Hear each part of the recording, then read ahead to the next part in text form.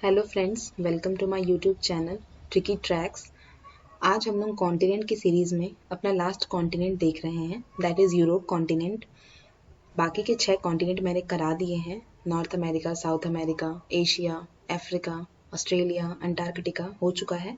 अब हम कॉन्टिनेंट की सीरीज़ में लास्ट कॉन्टिनेंट करने वाले हैं, यूरोप कॉन्टिनेंट। बहुत छोटी सी वीडियो होगी बट इन्फॉर्मेटिव होगी, नॉलेजेबल होगी। आपको बहुत की पॉइंट्स में ही सब कुछ समझ में आ जाएगा और आप प्रॉपर नोट्स भी बना सकते हैं, क्योंकि थ्योरी बहुत ज़्यादा नहीं होती है मेरी वीडियो में। तो लाइक करें मेरे वीडियो को, लास्ट तक बने रहें, जितना भी कॉन्सेप्ट है आपको समझ में आ जाएगा। शुरू करते हैं। तो population wise Europe continent 3rd number पे है और एरिया वाइज 6th नंबर पे है। तो मैंने आपको स्टार्टिंग में ही बताया था कि 2 पैरामीटर्स पे हमें कॉन्टिनेंट्स को पढ़ना है और उसमें क्या पढ़ना है। जैसे पैरामीटर्स क्या होंगे, एक तो पॉपुलेशन वाइज देखना है कौन से नंबर पे है कॉन्टिनेंट, और एरिया वाइज देखना है कि कौन से नंबर पे है कॉन्टिनेंट, और उसमें कोई इंपॉर्टेंट माउंटेन हो, कोई रिवर हो, कोई सी हो, कोई जल संधि हो, हाईएस्ट पीक माउंटेन का, ये सारा कुछ हमें कॉन्टिनेंट में पढ़ना होता है। ठीक है, तो यूरोप कॉन्टिनेंट में पॉपुलेशन वाइज ये 3rd नंबर पे है, एरिया वाइज 6th नंबर पे है।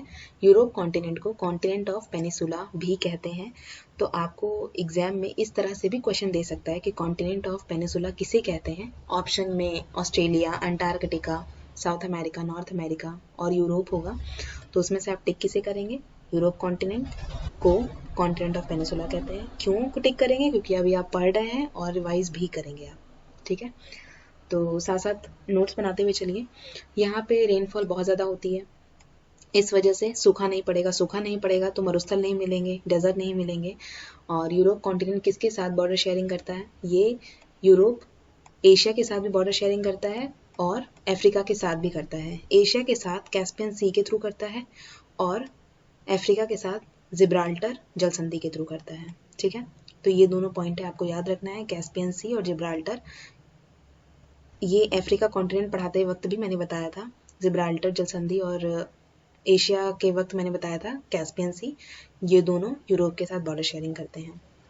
अब यूरोप कॉन्टिनेंट में जितने इंपॉर्टेंट कंट्रीज़ हैं वो सारा कवर करेंगे। तो शुरू करते हैं यहाँ से, फ्रांस से। तो सबसे पहले फ्रांस देखेंगे। फ्रांस की कैपिटल क्या है? पेरिस। पेरिस कौन सी नदी के किनारे है? तो पेरिस है सीने नदी के किनारे, और सीने नदी बहुत इम्पॉर्टेंट है। सीने नदी पेरिस किसके किनारे है? सीने नदी के किनारे। फिर फूड प्रोडक्शन के मामले में फ्रांस हाईली प्रोडक्शनेबल करता है ये। और फिर फैशन सिटी कहते हैं फ्रांस को, ब्यूटीफुल सिटी कहते हैं। ये दोनों नाम किसके हैं? फ्रांस के। फ्रांस को किसानों का देश कहते हैं। ठीक है, और ये किस लिए प्रोडक्शन, यहाँ पे फूड प्रोडक्शन तो हाई है ही, और यहाँ ग्रेप वाइन प्रोडक्शन भी ज़्यादा होता है। ठीक है, फिर बॉर्डर शेयरिंग किसके साथ करता है फ्रांस? तो स्पेन के साथ। किसके थ्रू करता है? Pyrenees mount. Border sharing France, Spain, Italy, Switzerland और जर्मनी, इन सब के साथ करता है। और कौन कौन से माउंट वहाँ इंपॉर्टेंट है इन सारे में, जो बॉर्डर शेयरिंग में हेल्प करते हैं? तो स्पेन का पायरेनीज माउंट, इटली का एल्प्स, स्विट्जरलैंड का जूरा माउंट एंड जर्मनी का वॉसगेस। ठीक है, तो ये सारे किसके साथ बॉर्डर शेयर करते हैं? फ्रांस के साथ। फिर France and UK are separated by English Channel and Dover जल संधि। तो फ्रांस यूके के साथ बॉर्डर शेयरिंग करता है, और सेपरेट कैसे होता है? इंग्लिश चैनल के थ्रू। इंग्लिश चैनल, आपको क्वेश्चन ऐसे पूछ सकता है कि इंग्लिश चैनल किन के बीच में है? तो फ्रांस और यूके के बीच में है। कैसे सेपरेट होता है? इंग्लिश चैनल के थ्रू सेपरेट होता है और ड्रोवर जल संधि के थ्रू सेपरेट होता है।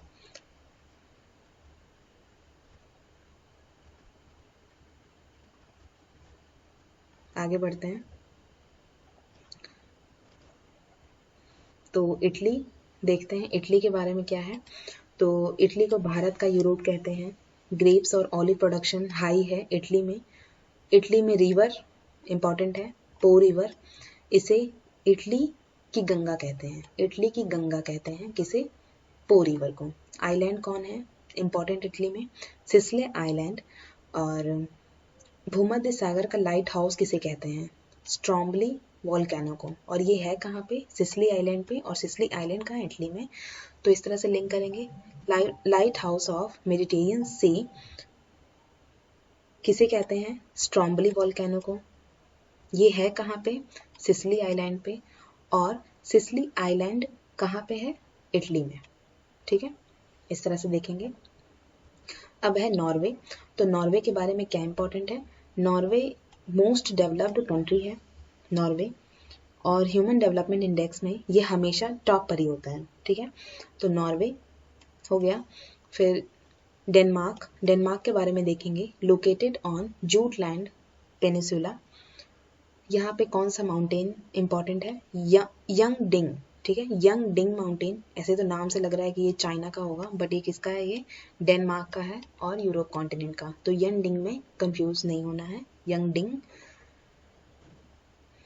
और फिर सबसे बड़ी गौशाला, सबसे बड़ी गौशाला कहाँ पे है? डेनमार्क में, इसलिए डेनमार्क इम्पॉर्टेंट हो जाता है। तो यहाँ क्या क्या इम्पॉर्टेंट है? यंडिंग पहाड़ी हो गई। फिर गौशाला, सबसे बड़ी विश्व की गौशाला कहाँ है? डेनमार्क में। डेयरी प्रोडक्शन हाई, क्योंकि गौशाला सबसे बड़ी है तो डेयरी प्रोडक्शन भी ज़्यादा होगा डेनमार्क में। रेनफॉल कितना रिकॉर्ड किया गया है यहाँ पे? 16 सेंटीमीटर। और यहाँ पे टेम्परेचर गर्मी के टाइम पे 16 डिग्री होता है और विंटर के टाइम में अबाउट 0 डिग्री पहुंच जाता है। ठीक है, ये रिकॉर्डेड है किसका? डेनमार्क का। यहाँ लाइमस्टोन के डेपोजिशन मिलते हैं कहाँ पे? डेनमार्क में। डेनमार्क हो गया, नॉर्वे हो गया और इटली देख लिया हमने। अब आगे देखते हैं। आगे है हमारा फिनलैंड।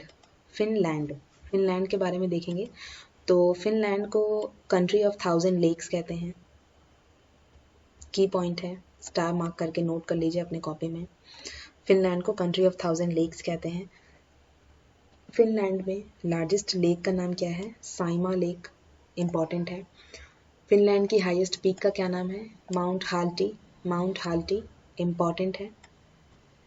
फिर फिनलैंड में कितना टेम्परेचर नोट किया गया है, रिकॉर्ड किया गया है? समर के टाइम में अबाउट 27 डिग्री पहुंच जाता है टेम्परेचर, और विंटर के टाइम में -32 डिग्री पहुंच जाता है। ठीक है, उसके बाद है हाईली डेंस फॉरेस्ट। यहाँ पे जंगल मिलेंगे, हाईली डेंस, फिनलैंड में। अब यहाँ पे की पॉइंट क्या है, आपको किस तरह से ध्यान रखना है कि यूरोप कॉन्टिनेंट में मैंने कहीं पर भी फॉरेस्ट का जिक्र नहीं किया है, तो फिनलैंड में ही सिर्फ मैंने जिक्र किया है, इसीलिए आपको याद रखने में कंफ्यूज नहीं होना है। फिनलैंड में हाईली डेंस फॉरेस्ट होगा। फिर नेक्स्ट है जर्मनी। जर्मनी के बारे में देखते हैं। ये मेजर कंट्री ऑफ यूरोप है।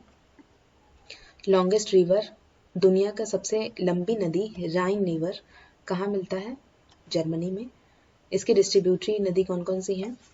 कोल एंड रूहर रिवर। ये दोनों किसकी डिस्ट्रीब्यूटरी हैं? रीने की। और रीने कहाँ मिलेगा? जर्मनी में। और यहाँ पे मैंने एक पॉइंट लिखा हुआ है, इंडियन रूहर किसे कहते हैं? छोटा नागपुर को। ठीक है, फिर ये डेन्यूबे रिवर कहाँ का है? जर्मनी। जर्मनी में रीन रिवर तो है ही, ये इंपॉर्टेंट है क्योंकि longest river of the world है, बट डेन्यूबे रिवर भी इंपॉर्टेंट है। और डेन्यूबे रिवर जर्मनी में 5 जगह से गुजरती है। ठीक है, ब्लैक फॉरेस्ट कहाँ पे मिलेगा? ब्लैक फॉरेस्ट मिलेगा जर्मनी में। हाईली डेंस फॉरेस्ट फिनलैंड में, बट स्पेसिफिक नाम दिया गया है ब्लैक फॉरेस्ट, तो ये जर्मनी में है। फिर यहाँ अयस्क पर्वत और माउंटेन मिलेगा। फिर हर्ज माउंटेन कहाँ? जर्मनी में।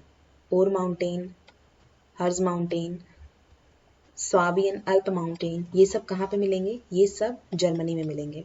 तो जर्मनी में क्या इंपॉर्टेंट हो गया? रेन रिवर है, रोहर रिवर, कोल रिवर, इसकी डिस्ट्रीब्यूटरी हो गई।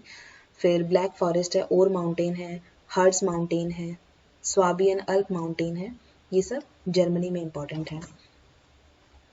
लास्ट है हमारा रशिया। तो रशिया के बारे में देखते हैं। Russia largest country of the world है, एरिया वाइज अगर देखा जाए तो largest country of the world है रशिया। लॉन्गेस्ट रेलवे लाइन है यहाँ पे। मैंने न्यूयॉर्क में बताया था कि सबसे बड़ा स्टेशन है, बट ट्रांस साइबेरियन जो है लॉन्गेस्ट रेलवे लाइन है, और ये कहाँ पे है? रशिया में। इसकी लंबाई कितनी है? 9289 किलोमीटर्स रशिया में लॉन्गेस्ट रेलवे लाइन है, ट्रांस साइबेरियन। यहाँ पे कौन से लेक है important? Caspian lake, Caspian lake largest lake है, ठीक है। और कैस्पियन लेक के बारे में मैंने बताया था कि यूरोप कॉन्टिनेंट, ठीक है।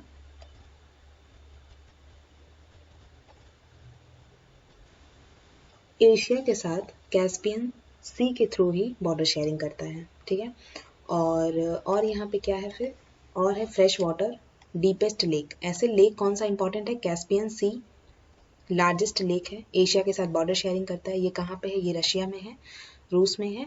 और फ्रेश वाटर डीपेस्ट लेक कौन सा है रशिया का, तो बैकाल लेक है, ठीक है। और यहाँ पे हमारा यूरोप कॉन्टिनेंट खत्म हो गया। पॉइंट वाइज कराया है मैंने, आपको नोट करने में भी प्रॉब्लम नहीं होगी और याद करने में भी प्रॉब्लम नहीं होगी। तो वीडियो में एफर्ट दिख रहा हो तो प्लीज़ लाइक कर दें मेरे वीडियो को, सब्सक्राइब करना ना भूलें। Thank you very much. मिलते हैं नेक्स्ट वीडियो में। Bye bye, take care.